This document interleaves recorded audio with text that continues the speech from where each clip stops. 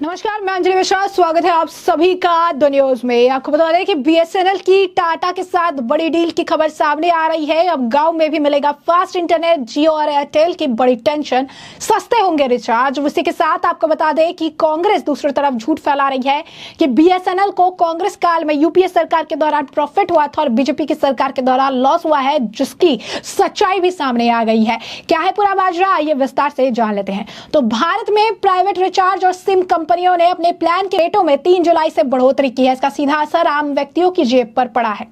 3 जुलाई के बाद ऐसा देखने को मिला है और कई रिपोर्ट सामने आई है कि लाखों यूजर्स ने अपनी सिम बीएसएनएल में पोर्ट करा ली है।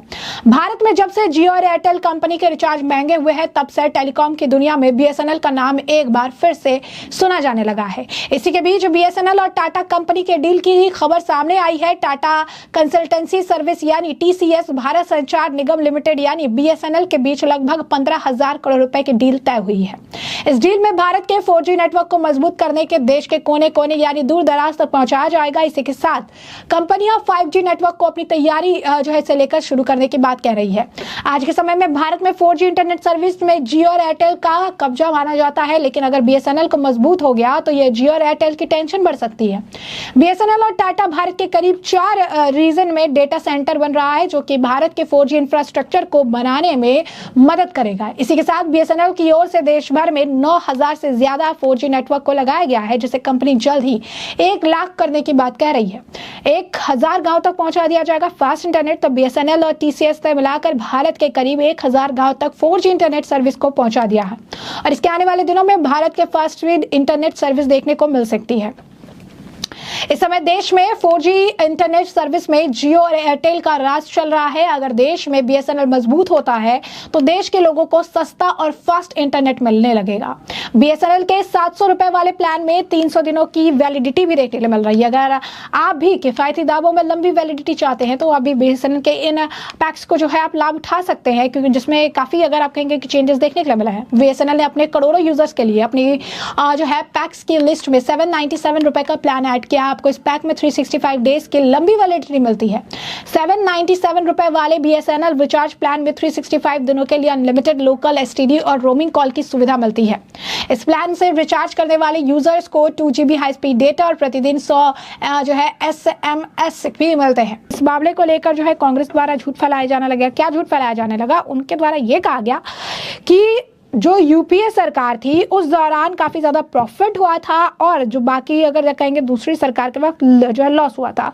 दरअसल आपको बता दें कि कांग्रेस की जो है स्पोक पर्सन, जो है प्रवक्ता, जो है रोशनी कुशल जायसवाल, वो लिखती हैं कि 2013 में इन्होंने एक बकायदा वीडियो बनाया और कैप्शन में लिखा कि 2013 में बीएसएनएल का मुनाफा 1,183 करोड़ था। 2023 में घटकर 13,356 करोड़ हो गया है। मित्रों, आखिर किसने बर्बाद किया है बीएसएनएल को? यानी वो बीजेपी को लेकर कह रही हैं कि उनकी सरकार के वक्त ऐसा हो गया। जिसके बाद शशांक शेखर झा ने इस पूरे पोस्ट को कोट करते हुए लिखा कि झूठ बोलो, बार बार झूठ बोलो।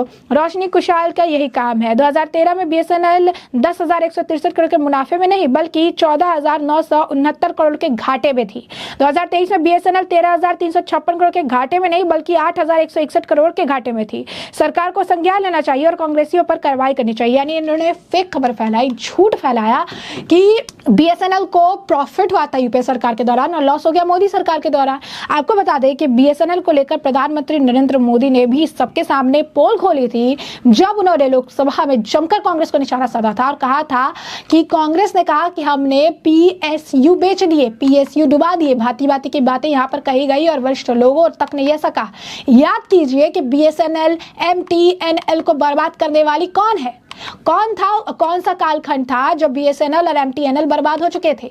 जरा याद कीजिए, एचएएल उनकी दुर्दशा क्या जो है कर रखी थी। उनके गेट पर जाकर भाषण देकर 2019 का चुनाव लड़ने का एजेंडा तय होता था। जिन्होंने एचएएल को तबाह कर दिया, वे एचएएल के गेट पर जाकर भाषण झाड़ रहे थे। आदरणीय सभापति जी, एयर इंडिया को किसने तबाह किया, किसने बर्बाद कर दिया? ये हालत कौन लाया? कांग्रेस पार्टी और यूपीए सरकार ने 10 साल में उनकी बर्बादी के मुंह नहीं मोड़ सकते हैं। और अब मैं हमारे कार्यकाल निकाल की सफलता की बात बताना चाहता हूँ। प्रधानमंत्री ने इस दौरान कहा था कि जिस BSNL को इन्होंने तबाह करके छोड़ा वो आज made in India 4G 5G की तरफ आगे बढ़ रहा और दुनिया का ध्यान आकर्षित कर रहा है। HAL के लिए इतने भ्रम फैलाए, आज HAL रिकॉर्ड रेवेन्यू जनरेट कर रहा है। प्रधानमंत्री ने कांग्रेस के शासनकाल में BSNL MTNL की दुर्दशा की जो बात कही उसके बारे में भी अब आपको तय से बताते हैं। BSNL साल 2000 में आई थी। साल 2000 में BSNL में भारत सरकार की 100% हिस्सेदारी थी। कंपनी दूरसंचार विभाग में नियंत्रण रख रही थी और इसके बाद साल 2006 से 12 की अवधि में इस कंपनी में लाला फतेशाही काफी अधिक देखने को मिली।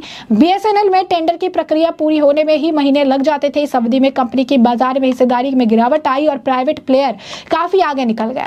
समय पर जरूरी सरकारी मंजूरियां नहीं मिलने के चलते ये निजी ऑपरेटर छड़ते चली गई और ये हम सब जानते हैं कि एक बड़े इंफ्रास्ट्रक्चर के बावजूद BSNL प्राइवेट प्लेयर्स के साथ कंपटीशन नहीं कर पाई। BSNL के पिछड़े रहने के पीछे 3 प्रमुख वजह है: सरकारी दखल, लाल फतेशाही और स्पेक्ट्रम नीलामी में भाग नहीं लेना। नेटवर्क सहित दूसरी कई समस्याओं के चलते ही BSNL के ग्राहक परेशान रहने लगे और इन्होंने प्राइवेट कंपनियों का रुख किया। इसके बाद साल 2010 में जब 3G स्पेक्ट्रम की नीलामी हुई तो सरकारी कंपनी होने की वजह से BSNL ने इसमें हिस्सा नहीं लिया। इसे कंपनी के पास जो ग्राहक थे उनसे तो बड़ा हिस्सा भी प्राइवेट कंपनियों की तरफ चला गया। ऐसे में आपको बता दें कि मोदी सरकार 2019 में BSNL के लिए 70,000 करोड़ रुपए का रिवाइवल पैकेज लेकर आई थी। इसके बाद साल 2022 में जो है केंद्रीय मंत्रिमंडल ने BSNL MTNL के रिवाइवल के लिए 1.64 लाख करोड़ रुपए के पैकेज को मंजूरी दी। सरकार ने BSNL के 33,000 करोड़ रुपए के वैधानिक बकाये को जो इक्विटी में बदलने का भी फैसला लिया था। मोदी सरकार के दौरान यह फैसला लिया गया कि BSNL को 4G सेवाओं की पेशकश करने के लिए स्पेक्ट्रम आवंटित किया जाएगा। हालांकि BSNL की 4G सर्विस लॉन्च होने में देरी हो रही थी और कंपनी अभी कुछ एरियाज हैं जहां पर 4G सर्विसेज दे रही थी। कंपनी के जो अन्य ग्राहक थे उन्हें भी जल्द ही TCS सर्थिक 4G नेटवर्क मिलने वाला था और कंपनी अप्रैल से अपनी 4G सेवा शुरू कर सकती है। और ऐसे में साफ तौर पर अगर आप देखेंगे तो कहीं ना कहीं पूरी तरीके से यहाँ पर एक बड़ा घाटा और नुकसान जो है चीजें करने के लिए हो रहा है। और कहीं ना कहीं अगर आप देखेंगे तो अब जो है BSNL अब नया पैकेज लेकर आ रही है और सारी चीजें जो है कर रही है ताकि जो कंपनी ने लॉस उठाए थे, जब ये अब मार्केट का जो अगर आप कहेंगे कि पोषण है, अब जो मार्केट उनके लिए है, जो मार्केट वो कर सकते हैं, तो ऐसे में मार्केट पर वो कब्जा जमा सके, जिसकी वजह से जियो और एयरटेल की मुश्किलें बढ़ सकती है। BSNL को लेकर जैसे ही BSNL ने मार्केट पकड़ना शुरू किया वैसे ही कांग्रेस ने झूठ फैलाना शुरू कर दिया, लेकिन BSNL को लेकर कांग्रेस के झूठ का पर्दाफाश हो चुका है। जैसा कि हमने आपको बताया कि प्रधानमंत्री नरेंद्र मोदी अपने भाषण में पहले भी इस बात का जिक्र आप कह सकते हैं डिटेल में कर चुके हैं कि BSNL और MTNL के बर्बादी के पीछे कौन सी सरकार का हाथ था, किस तरीके से लंबित फाइलें और समय पे अगर आप कहेंगे फैसले नहीं लिए गए, जिसके बाद BSNL पिछड़ते चली गई और इसके बाद उसकी स्थिति खराब हो गई। लेकिन जब प्रधानमंत्री नरेंद्र मोदी सत्ता में आए, जब 2019 में सरकार बदली और उस वक्त 70,000 करोड़ रुपए का जो अगर आप कहेंगे कि जो पैकेज है वो BSNL के लिए निकाला गया ताकि BSNL को वापस उनके पांव पर खड़ा किया जा सके और अब कांग्रेस इसका भी क्रेडिट अपने पास लेने की कोशिश कर रही है। तो ऐसे में हमने आपको जो पूरा मामला है ये बड़ा विस्तार से बताया कि पूरा मामला क्या है और जो है इस मामले में किस तरीके से BSNL के आने से मार्केट में अब काफी ज्यादा तहलका मचने वाला है। BSNL नए पैकेजेस लेकर आई है, किस तरीके से कांग्रेस झूठ फैला रही थी और कांग्रेस के झूठ का पर्दाफाश किया गया है। ऐसे में अब इस पूरे मामले पर आपकी भी जो राय हो कमेंट सेक्शन में कमेंट करके जरूर साझा करिएगा। धन्यवाद।